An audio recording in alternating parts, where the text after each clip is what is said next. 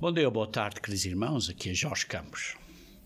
Em 2 sermões prévios em que abordei o tema do gnosticismo, como essa filosofia afetou o mundo religioso, eu descrevi como é que ele desenvolveu, ou como é que foi desenvolvido durante o primeiro século, como se iniciou inicialmente da religião babilônica pagã e depois foi reformada cerca do 6º e do 7º século antes de Cristo, através de pensamento e ideias helenistas, como depois se espalhou pela Europa, ou da Europa até a Índia, e como afetou a área da Palestina, onde estavam os israelitas, e como essa liderança judaica também foi corroída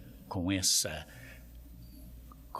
tipo de pensamento, um tipo de pensamento que é um tipo assim como um parasita. E então desenvolveram certas filosofias e ideias, as quais facilmente perverteram o cristianismo no primeiro século. Pondo de outra maneira, o gnosticismo é um parasita que afeta o raciocínio humano, a maneira de pensar humana, à parte ou separada de Deus. E então esse desejo de intelectualismo, de sabedoria, essa maneira de pensar e raciocinar e ter estas ideias e pensamentos e lógica à parte de Deus ou separada de Deus, é, digamos assim, simbólica da árvore do conhecimento do bem e do mal, a qual este intelectualismo, o qual perverte ou muda a verdade para uma maneira que parece bem para o raciocínio humano. Hoje em dia, o gnosticismo tem uma definição muito restrita, digamos assim, e técnica, que diz, ou que quer dizer que o gnosticismo eram seitas gnósticas no 2º e no 3º século. Ora, sim, isso é certo, mas de acordo com essa definição, que é limitada, o cristianismo moderno não é gnosticismo. Mas o importante para nós entendermos é que o gnosticismo foi como um passo para andar para a frente, um passo para o qual Satanás usou para introduzir um engano, uma subversão à verdade, isto é, ao cristianismo verdadeiro. E por isso, o que sobreviveu para o mundo de hoje em dia, para a era moderna do cristianismo, o que sobreviveu do gnosticismo foi ensinamentos e filosofias que estão ou que existem na era cristã. Esses ensinamentos ou essas filosofias vieram inicialmente da religião pagã babilônica, foram alteradas, reformadas pelo pensamento helenista, foi adaptada pelo cristianismo mais tarde, através de ensinamentos judaicos também.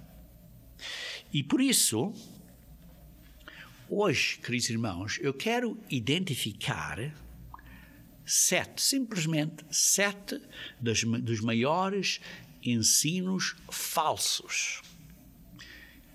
7 das maiores filosofias que vieram deste pensamento gnóstico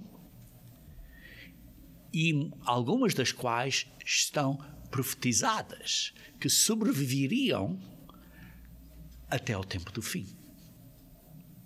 Noutras palavras, hoje vamos cobrir 7 falsos ensinamentos básicos que foram adotados pelo cristianismo tradicional, que vieram deste raciocínio humano separado de Deus, que é conhecido como gnosticismo. O primeiro ensino falso é esta a ideia de que a lei não existe. Vejamos, por exemplo, em 2 Tessalonicenses, capítulo 2, versículo 3. 2 Tessalonicenses, capítulo 2, versículo 3. Diz assim, irmãos, capítulo 2, versículo 3. Está a falar aqui aos irmãos, no que diz respeito à vinda do nosso Senhor Jesus Cristo, e tenham cuidado, não sejam desviados facilmente, porque primeiro virá uma apostasia e depois vai ser revelado o mistério da iniquidade. Isto é o mistério de que a lei não existe. Este espírito que vai ser este mistério da iniquidade, vai ser este iníquo que vai ser revelado, este homem da iniquidade, mas esta atitude já existe. Porque diz assim, que este mistério da iniquidade, este homem da iniquidade é o filho da perdição, que se opõe contra tudo o que se chama Deus. E por isso este mistério da iniquidade, este homem da iniquidade, vai usar esta atitude que existe aí e que já existe. Vejam, por exemplo, no versículo 7. Com efeito, o mistério da iniquidade já opera e aguarda somente que seja afastado aquele que agora o detém. Este mistério da iniquidade já está entre nós. Já estava durante o período de Paulo, quando ele pregou, já existia, e vai continuar. E continua hoje em dia. Isto é uma crença gnóstica que já existia e existe ainda hoje, que sobreviveu estes anos todos. Vejam no versículo 8, que diz assim, ainda será de facto revelado o iníquo a quem o Senhor Jesus matará com o sopro da sua boca e o destruirá pela manifestação da sua vida. Este ser, homem da iniquidade, este falso profeta, que vai promulgar ainda mais esta filosofia, esta ideia de que a lei não existe. Mistério da iniquidade.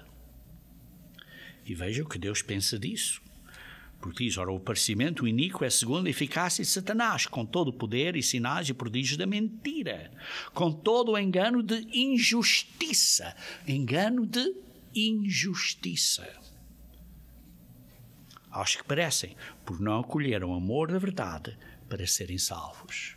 Queridos irmãos, hoje em dia, quando ouvimos as notícias, há uma contínua maneira de pensar que é de pernas para o ar. É de pernas para o ar, em que dizem coisas que são mentiras, mas dizem como se fossem verdade. Quer dizer, esta iniquidade existe em todos os ângulos da nossa vida diária. E vê-se aqui, é por este motivo, pois, diz no versículo 11, que Deus lhes manda a operação do erro para darem crédito à mentira. Deus deixa estas pessoas irem neste caminho. Mas quem está detrás disto tudo é Satanás, através de poder e sinais e prodígios. Vai haver milagres tão grandes que vai enganar o mundo inteiro. Queridos irmãos, este pensamento gnóstico, este pensamento que vem do gnosticismo, fala acerca do pecado, fala acerca de isto é certo e aquilo é errado. Mas tem um senso incorreto ou falso do que é verdadeiramente justo, do que é justiça. Sim, falam acerca de adorar a Deus. Sim, falam acerca de Jesus Cristo. Sim, falam acerca da lei de Cristo. Sim, dizem que tudo o que você precisa é amor, é amar o seu vizinho, o seu próximo e amar a Deus. Dizem isso tudo. Isso tudo é certo. Isso tudo é correto. Mas é sutil. É sutil. Porque estão basicamente rejeitando a lei de Deus. Estão a chamar a isso a lei de Cristo. É um ensinamento muito sutil, mas é uma abominação a Deus. É uma mentira. Porque estão basicamente a dizer que o Deus que escreveu, que liderou, que atuou com o povo do Antigo Testamento era um Deus duro, mas que Cristo é amoroso. Fazem esta contradição. Ao fim de contas, esquecem-se que Deus é o mesmo ontem, hoje e amanhã. E por isso usam as desculpas para dizer, ou usam isso como uma oportunidade para dizer que o sábado, como um dia para ser guardado, já não é necessário para ser guardado. Porque depois dizem, olha, o sábado é o descanso em Cristo. E você pode guardar o sábado todos os dias. Ou você, sim, pode guardar dias santos, mas você pode decidir como e quando guarda esses dias santos. E por isso dá uma desculpa para observar os dias santos que o mundo todo, dias santos, digo isso entre aspas, porque ao fim de contas não são dias santos de Deus, são os dias santos do mundo. Os dias santos que todo o mundo aceita, e por isso é fácil de aceitar e fazer o que as outras pessoas fazem, porque é o que o mundo faz e não há pressão ou dificuldade de fazer isso. Porque não estamos a ser santificados, a ser separados. Vejam, por exemplo, em Mateus capítulo 7. Mateus capítulo 7, versículo 21 a 23. Mateus 7, versículo 21 a 23 diz assim: nem todo que me diz Senhor, Senhor entrará no reino dos céus, mas aquele que faz a vontade de meu Pai, que são as leis do Pai, as leis de Deus, que está nos céus. Muitos naquele dia vão dizer: Senhor, Senhor, oh Jesus Cristo, porventura não temos nós profetizado em teu nome de Jesus? E em teu nome de Jesus não expelimos demónios? E em teu nome de Jesus não fizemos muitos milagres? Sim, fizeram. Então Jesus lhes dirá, diz assim, então lhes direi explicitamente. Jesus Cristo lhes dirá explicitamente: nunca vos conheci. Então não disseram em nome de Jesus? Profetizei em nome de Jesus? expelimos demónios, em nome de Jesus fizemos milagres. E Jesus diz: não vos conheci. Jesus diz: apartai-vos de mim, saiam daqui, não quero ter nada a ver com você, saia daqui. Vocês que praticam a iniquidade, que desobedecem às leis de Deus. Oh, sim, dizem que somos cristãos. Oh, sim, dizem que amamos Jesus. Oh, sim, dizem e falam acerca de Jesus, e falam acerca de adorar a Deus, e falam acerca da lei de Cristo. Mas desobedecem às leis de Deus. Qual? Oh, sim.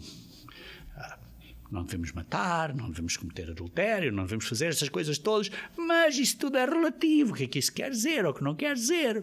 Não, no meu caso, isto não é bem aplicável. Olha, eu tenho uma desculpa aqui e acolá, Deus compreende e é misericordioso. Sim, Deus é misericordioso, mas quer que se arrepende e que mude a maneira de viver.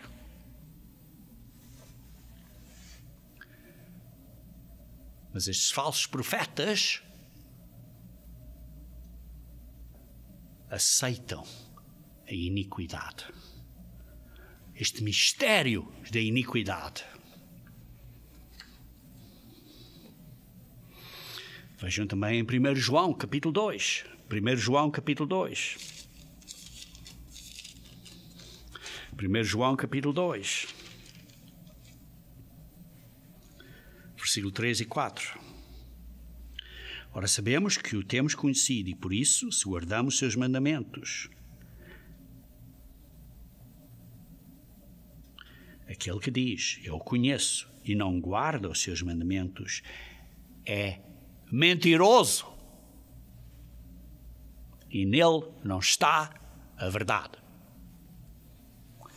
Estas crenças gnósticas já existiam no tempo de João, dos apóstolos e de Paulo. Era uma mentira. Não era o amor da verdade. E por isso essa ideia de que a lei estava posta de lado veio do gnosticismo, veio do paganismo e continua hoje em dia. E isso, então, encoraja ou é parte de outro ensinamento gnóstico ou de outra filosofia ou crença, que é uma graça de Deus falsa. Sim, este mistério da iniquidade funciona em conjunto com uma perversão do significado do que é a graça de Deus. O livro de Judas fala acerca disso bem claramente. Vejam comigo, se faz favor, Judas. Judas, o penúltimo livro do Novo Testamento. A Epístola de Judas. Diz assim: amados, quando empregava toda a diligência em escrever-vos acerca da nossa salvação comum. A salvação que era bem óbvia, que é comum, que não era sabedoria, conhecimento escondido. Foi que me senti obrigado a corresponder-me convosco, exortando-os a batalhares diligentemente pela fé que uma vez por todas foi entregue aos santos, porque já estavam a desviar da fé com uma falsa graça. Pois certos indivíduos se introduziram com dissimulação, secretamente se introduziram, infiltraram assim, rastejando pelo chão, infiltraram na igreja, os quais desde muito foram antecipadamente pronunciados para esta condenação, homens ímpios, desobedientes a Deus, pecadores, que transformaram em libertinagem, transformaram em uma desculpa para desobedecerem à lei. Estamos livres. libertados pela cruz de Cristo, dizem eles. Uma libertinagem que transformam em libertinagem a graça de nosso Deus. A graça. Isto é uma falsa graça que tem, porque esta falsa graça é uma desculpa para desobedecerem à lei de Deus. É uma liberdade, como eles chamam. A liberdade de Cristo. E negam o nosso único soberano e Senhor, Jesus Cristo. O nosso único, e em grego diz Theos, quer dizer Deus. E negam o nosso único Deus e Senhor, Jesus Cristo.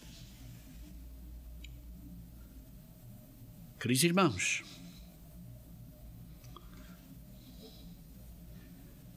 isto, através desta falsa graça, estão a negar a Cristo. Estão a limitar quem Cristo era. E isto é o que chama-se a doutrina de anticristo, que era uma, digamos assim, uma divisão, uma subdivisão deste ensino gnóstico, e essa subdivisão era conhecida como um docetismo, em que faziam de Cristo simplesmente um ser humano. Pondo de fora escrituras como João 1, capítulo 1 a 3, que o Verbo era Deus e estava com Deus. E o Verbo foi tudo feito pelo Verbo. Como leem também em Colossenses capítulo 1, 16 a 18. Tudo foi feito por Jesus Cristo através dele. E esta ideia gnóstica do docetismo reduz quem Cristo era e é. Limita, reduz este ser que é o Verbo, que deixou o seu poder, a sua autoridade, livremente, de vontade livre. Isso é o que quer dizer, se esvaziou. E que deixou esse poder, a autoridade. Continuou a ser o ser que era, mas se esvaziou desse poder e se tornou de livre vontade, submetendo-se à vontade do Pai voluntariamente, para vir a ser da forma de homem. E por isso deixou o poder e a autoridade que tinha na forma de Deus que era, para se tornar voluntariamente da forma do homem, debaixo da vontade do Pai. Isso é o que lê em Filipenses, capítulo 2, de versículos 5 a 9. Mas continuando a ler aqui em Judas, no versículo 8, diz assim: Ora, antes da mesma sorte, quais sonhadores alucinados não só contaminam a carne, como também rejeitam governo e difamam autoridades superiores. Estas pessoas, com este pensamento gnóstico, rejeitam a autoridade e difamam autoridades superiores. Está aqui a falar de autoridades angélicas, estão a dizer mal disso. Estão a falar de coisas que nem sabem o que estão a dizer. Vejam no versículo 10. Estes, porém, quanto a tudo o que não entendem, difamam, e quanto a tudo o que compreendem por instinto natural, como brutos sem razão, até nessas coisas se corrompem. Não sabem o que estão a falar. Não são palavras fracas aqui que Judas está a dizer. Veja, por exemplo, no versículo 14. Diz assim: Quanto a estes foi que também profetizou Enoque, o sétimo depois de Adão, dizendo: Eis que veio o Senhor entre as suas santas miríades para exercer juízo contra todos e para fazer convictos todos os ímpios acerca de todas as obras ímpias que impiamente praticaram e acerca de todas as palavras insolenes que ímpios pecadores proferiram contra ele, contra Jesus Cristo e contra Deus. Queridos irmãos, está aqui a falar de pessoas ímpias, pessoas pecadoras. Usa a palavra ímpio, pecador, impiamente, várias vezes para sublinhar o que está a dizer. E aqui está a dizer que essas pessoas usaram palavras insolenes contra Jesus Cristo, contra o Senhor, o Deus que falou com as pessoas no Antigo Testamento. Sim, dizendo que a lei do Antigo Testamento era dura. São palavras insolenes que disseram, que proferiram contra Deus. Depois, continuando no versículo 16, os tais são murmuradores. Estão a dizer mal, a murmurar, dizer mal. São descontentes, andando segundo as suas paixões. A sua boca vive propalando grandes arrogâncias. São aduladores dos outros por motivos interesseiros. Por motivos interesseiros. Vós, porém, amados, lembrai-vos das palavras anteriormente proferidas pelos apóstolos do nosso Senhor Jesus Cristo, os quais vos diziam, no último tempo haverá escarnecedores andando segundo as suas ímpias paixões. Vemos aqui a falta de moralidade destas pessoas. Tem esta graça que dá a eles uma libertinagem. Que toleram, aceitam o pecado, os ímpios. E como diz aqui, são estes, no versículo 19, os que promovem divisões sensuais, que não têm o Espírito Santo de Deus.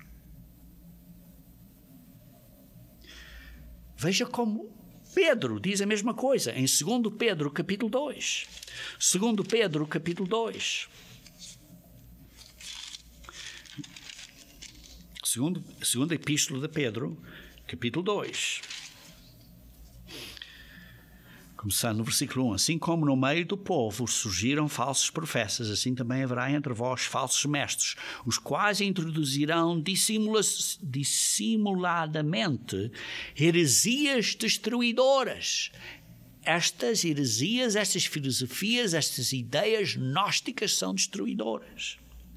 Porquê? Porque são sutis, porque estão a converter a verdade da graça para uma graça falsa. Até o ponto de renegarem o soberano Senhor que os resgatou, isto é Jesus Cristo, trazendo sobre si mesmos repentina destruição. Estão a negar a Cristo, são anticristos. Com este conceito do docetismo, como expliquei há pouco. Veja aqui um bocadinho mais adiante, e diz, no versículo 2, diz, muitos seguirão as suas práticas libertinas, a libertinagem, mudando a graça de Deus, e por causa deles será infamado o caminho da verdade. Versículo 12. Ora, esses, todavia, como brutos, irracionais, naturalmente feitos para presa e destruição, falando mal daquele em que são ignorantes. Como vê, está a repetir o que Judas disse. Na sua destruição hão também ser destruídos, recebendo injustiça por salário da injustiça que praticam, considerando com prazer a sua luxúria carnal em pleno dia, quais nódoas e deformidades eles se regalam nas suas próprias mistificações, enquanto banqueteiam junto convosco. Guardam as festas de Deus junto convosco. Infiltraram-se na igreja de Deus com estas libertinagens, falsa graça. tendo os olhos cheios de adultério e insaciáveis no pecado, engodando almas inconstantes, tendo o coração exercitado na avareza, filhos malditos, abandonando o reto caminho, o caminho certo, se extraviaram, seguindo pelo caminho de Balaão, filho de Beor, que amou o prémio da injustiça. Recebeu, porém, castigo da sua transgressão, a saber, um mudo animal de carga, falando em voz humana, referiu a insensatez do profeta. Esses tais são como fonte sem água. Fonte sem água, isto é, não tem o Espírito Santo de Deus. Como névoas impelidas por temporal, para ele está reservada a negridão das trevas.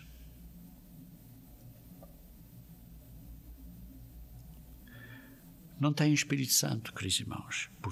Porquanto, versículo 18, preferindo palavras jactanciosas de vaidade, engodam com paixões carnais por suas libertinagens aqueles que estavam prestes a fugir dos que andam no erro, prometendo-lhes liberdade. Temos liberdade em Cristo, dizem eles, quando eles mesmos são escravos da corrupção, pois aquele que é vencido fica escravo do vencedor. Esta é iniquidade. É iniquidade. Uma outra ideia gnóstica é a ideia da alma imortal. Da alma imortal em que não tem base escritural nenhuma. Isto vem do ensinamento pagão babilônico, modificado com o ensino helenista, que eu mencionei e expliquei no meu primeiro sermão desta série de 3 sermões, e isso veio a ser este gnosticismo. Esta ideia da alma ser libertada para ir de volta para o céu. É esta crença gnóstica que continua no cristianismo moderno. E, por outro lado, lê em Ezequiel 18, versículo 4, a alma que peca morrerá. A alma que peca morrerá. Por isso não há alma imortal. Queridos irmãos, isso é um engano gnóstico. Uma outra crença gnóstica é esta crença de um falso Cristo. Um falso Cristo. Sim, usam o seu nome, falam acerca de receber a Cristo como o seu Salvador pessoal, dizem que precisamos de conhecer Cristo, e como lemos em Mateus 7, 21 a 23 há pouco, dizem, olha, em teu nome, fizemos milagres em teu nome, fizemos isto e aquilo. Mas praticam iniquidade. E Jesus Cristo diz, saiam daqui, vocês que praticam iniquidade. Por isso, outra parte deste ensinamento gnóstico é um falso Cristo. Um falso Cristo. Veja a João, capítulo 14. O Evangelho de João, capítulo 14, versículo 15, diz assim: se me amais, isto é, Cristo, guardareis os meus mandamentos. Os mandamentos da lei de Deus. Foi os mesmos que ele praticou e os mesmos que ele diz a nós para praticarmos. Sim, acreditam em Cristo. Este pensamento gnóstico, no cristianismo tradicional, acreditam em Cristo. Acreditam que Cristo perdoou a pena do pecado. Mas depois dão um passo adicional e depois dizem que Cristo aboliu a própria lei, que não é certo. Aí é onde desviam da verdade, o mistério da iniquidade. Este falso Cristo, que não é o Cristo da Bíblia. E depois tem um outro ensinamento, que depois dizem, olha, tudo o que precisas fazer é aceitar a Cristo, e então serás salvo.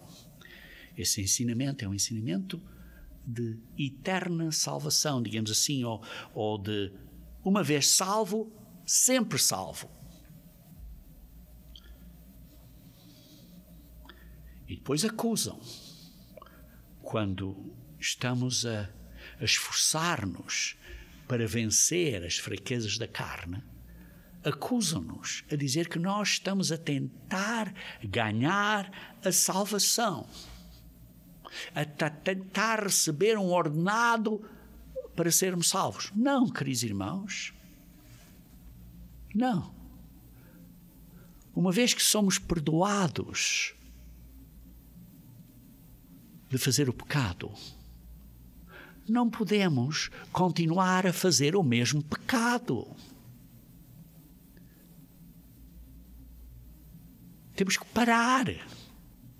Sim, somos perdoados de graça, gratuitamente, pelo sacrifício de Jesus Cristo.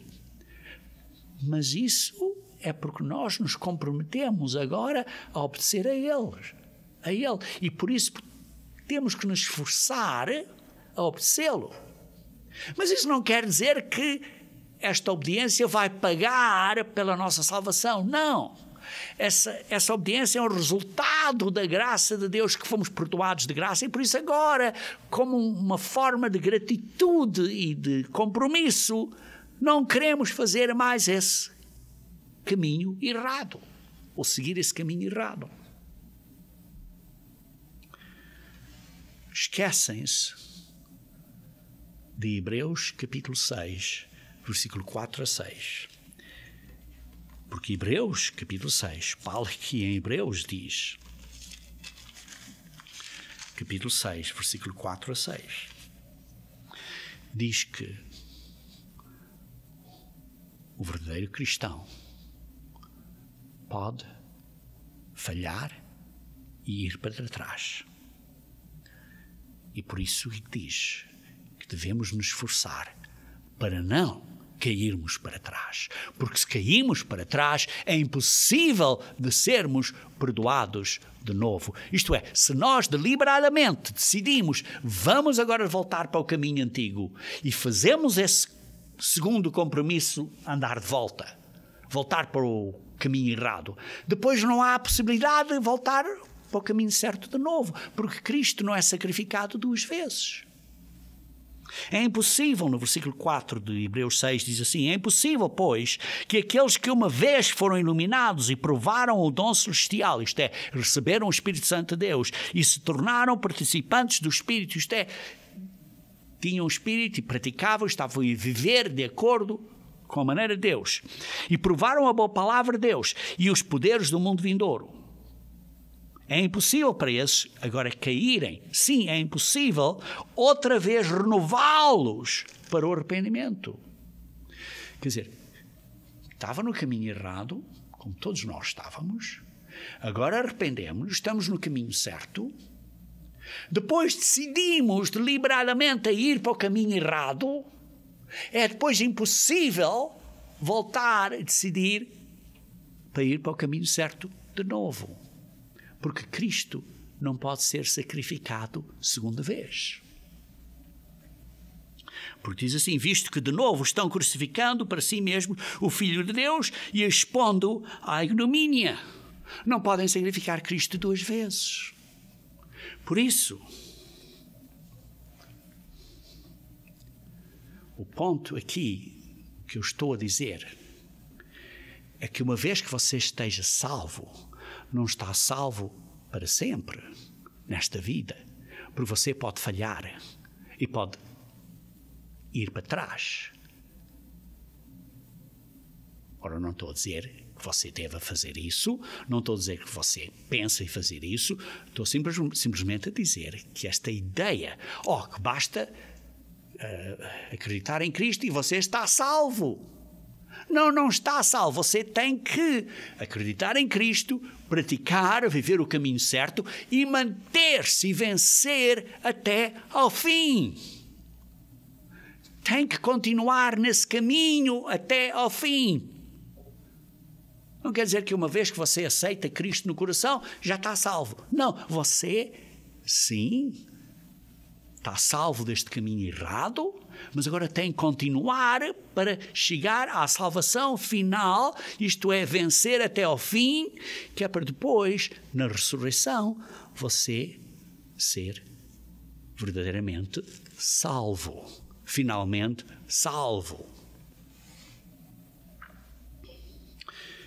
Outra crença gnóstica que afeta as pessoas hoje em dia no mundo cristão é que, por causa disto que acabei de explicar, deste ensino falso, desta graça falsa, ensino ao mistério de iniquidade, desta graça falsa, deste conhecimento da alma imortal, deste conhecimento que pensam que tem uma alma imortal, deste conhecimento que ensinam as pessoas a acreditar num Cristo falso, nesta ideia ou ideologia de que uma vez salvo está salvo sempre. Isso encoraja uma pessoa a seguir um caminho de vida errado. Isso é um pensamento gnóstico. Porque depois estão a dizer, olha, tudo o que você precisa fazer é ser bondoso e positivo para os outros. Tudo o que você precisa fazer é amar a Deus e viver uma boa vida. Tudo o que você precisa fazer é fazer o melhor que pode. Porque, ao fim de contas, as leis de Deus, como obedecer ao sábado, não são importantes. O que importa é que você está a fazer as coisas assim tanto que pode. Veem como isto é sutil, é enganoso, está a encorajar um caminho de vida errado. Queridos irmãos, eles estão a dizer, olha, tudo o que importa é simplesmente estar certo e ter um bom coração. E correto, irmãos, ter um bom coração é necessário, é importante ter um bom coração, mas estão a dizer, olha, é só o homem por dentro e coisas assim, o que acontece por fora não te preocupes, não te preocupes como te vestes, não te preocupes como te apresentas, porque tudo o que importa é cá por dentro. E isso é verdade, tudo o que importa é cá por dentro, mas isso, o que está por dentro é refletido pelo que está por fora. Isso é refletido no novo caminho de viver, que é viver de acordo com as leis de Deus, que é um novo homem. Vejam Efésios capítulo 4. Efésios capítulo 4. Veem como esta ideia, esta maneira de pensar, esta maneira de ver o que é bom e o que é mau é sutil, é enganoso, porque nós temos que mudar a nossa maneira de viver. Vejam Efésios capítulo 4, versículos 17 a 24. Diz assim, isto porém,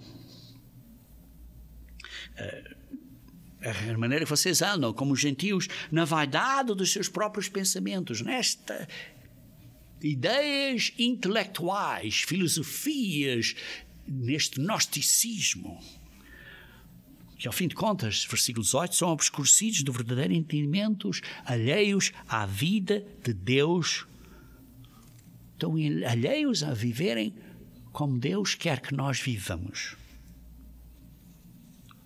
E por isso diz assim um bocadinho mais adiante, no versículo 22, diz no sentido de que, quanto ao trato passado, vos despojeis do velho homem. Ponham fora essa velha maneira de ser. Tem que haver um arrependimento, uma mudança. Sim, o que importa é o coração, sim, o que importa é a nossa intenção, isso tudo é importante e eu muitas vezes falo acerca disso. Mas essa intenção do coração, esse desejo interno, tem que se transformar, tem que se renovar na maneira que nós pensamos, pensarmos como Cristo pensa, como Deus pensa, isto é, como esta o Espírito de Deus nos ajuda, nos guia, nos toca a nossa consciência para pensarmos de uma maneira diferente. E assim é como Deus e Jesus Cristo vivem em nós, porque estamos a pensar como eles pensam. É esta, digamos assim, esta vibração, esta maneira de ser, este espírito que muda, que nos renova nós do velho homem para o novo homem. Isto é que é o Espírito de Deus, é este resultado que muda nós com estes atributos do Espírito Santo, que é amor, alegria, paz, paciência, gentileza, bondade, fidelidade, mansidão, controle, domínio próprio. Isto é que é o Espírito Santo, é o que produz em nós. E por isso diz no versículo 24, versículo 23, nos renoveis no espírito do vosso entendimento, mudem a vossa mente, o vosso entendimento, a vossa maneira de ser. Como? Através da ajuda do Espírito Santo, que esta nova maneira de pensar, mas que isso causa frutos. No versículo 24, porque diz assim, e vos revistais do novo homem, criado segundo Deus. Vai haver frutos, vai haver ação, vamos mudar.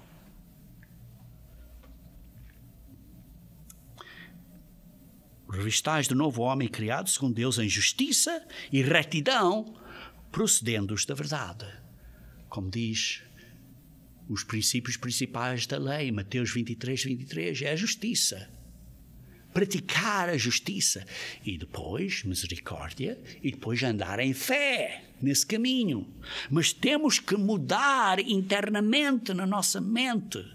E por isso temos uma nova maneira de viver, um caminho da vida. Mas o gnosticismo, por causa das suas crenças, que, olha, você pode fazer o que quer e coisas assim, segue um ensinamento incorreto. Segue um caminho de viver incorreto. E depois, o sétimo e último, digamos assim, princípio da filosofia que quero mencionar hoje acerca dos ensinos gnósticos que estão a afetar o cristianismo hoje em dia, é uma revelação progressiva. É uma ideia de que, olha, eu tenho esta sabedoria nova, eu tenho este conhecimento novo, eu tive esta visão, olha, eu tive este sonho, ora, eu tive este sonho, esta coisa, esta voz que me falou e que diz que tenho que fazer isto ou aquilo ou aquilo outro, ou que tenho este entendimento, ou eu sei quem são as duas testemunhas, foi-me revelado a mim porque eu tive esta visão. Quantas vezes nós não recebemos aqui telefonemas aqui na sede da igreja, olha, eu sou uma das tuas testemunhas, ou dizem, olha, eu sei, foi-me revelado, tenho esta inspiração aqui, quem são as duas pessoas, duas testemunhas, um deles é esta pessoa e vai ser aquela outra. Queridos irmãos, esta revelação progressiva não é de Deus. É parte desta sabedoria gnóstica, que estes gnósticos diziam que tinham uma sabedoria nova, um conhecimento misterioso, sabedoria especial, que outros não tinham. E por isso os faziam mais importantes. A sabedoria em soberba. Mas toda a sabedoria desaparecerá, porque o que importa é o verdadeiro amor de Deus. E por isso essa ideia diz que, olha, Paulo sabia mais do que Jesus Cristo e por isso seguimos os ensinamentos de Paulo. Ou, por exemplo, usam João capítulo 16. Usam João capítulo 16.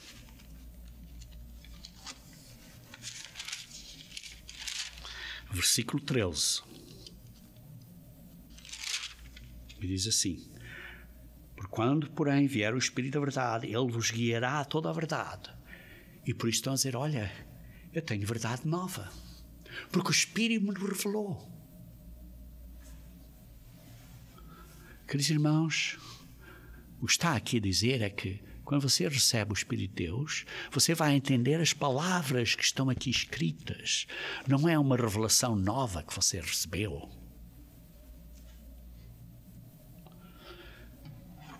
Você não está a receber revelação nova para deitar fora a Escritura. Você recebe pelo Espírito Santo de Deus o entendimento, a mente, para entender o que está na Bíblia. Não acreditem em mim, acreditem na Bíblia. Queridos irmãos, espero que vocês vejam que eu estou a esforçar, tanto quanto possível, para vos explicar o que está aqui na Palavra de Deus. Sim, eu sei que sou ser humano, eu sei que às vezes as palavras que eu digo podem ser mal entendidas, mas a minha intenção e o meu desejo é sempre ver e estudar a Bíblia completa, na sua plenitude.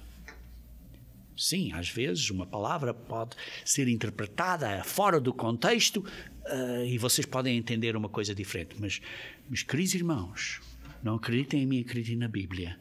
Eu estou a me esforçar a explicar claramente o que está na Palavra de Deus. Queridos irmãos,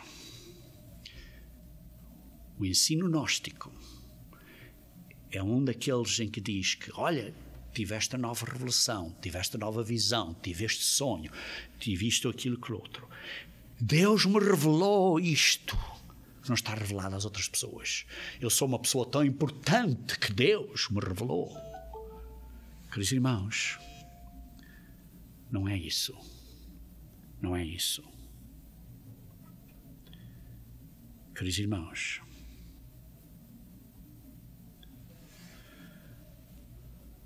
temos que nos manter fiéis à verdade. Não podemos transgredir o que a Bíblia diz. Veja aqui em 2 João, na segunda epístola de João, 8 e 9. Segunda epístola de João, 8 e 9.